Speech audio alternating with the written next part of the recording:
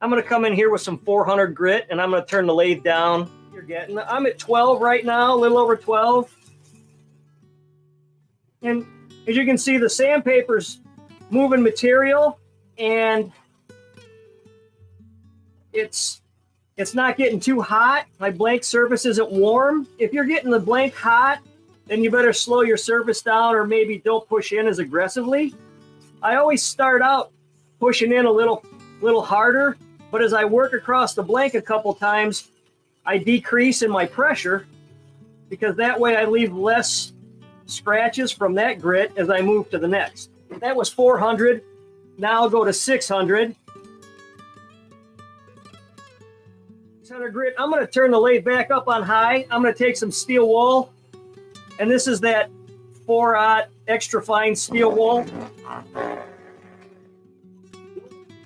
And I tried to do that on purpose the other day, and I couldn't get it to, and now when I didn't want to, it happened. My point with this is, you notice all it did was pull it out of my hands. I've heard a lot of people say, oh, don't ever use steel wool.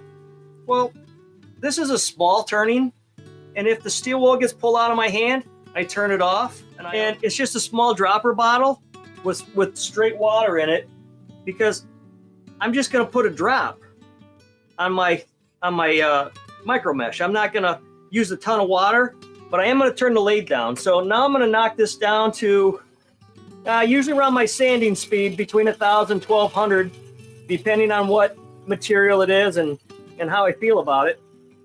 And I'm just going to come in underneath and work back and forth with it. I'm going to build up a little bit of a slurry,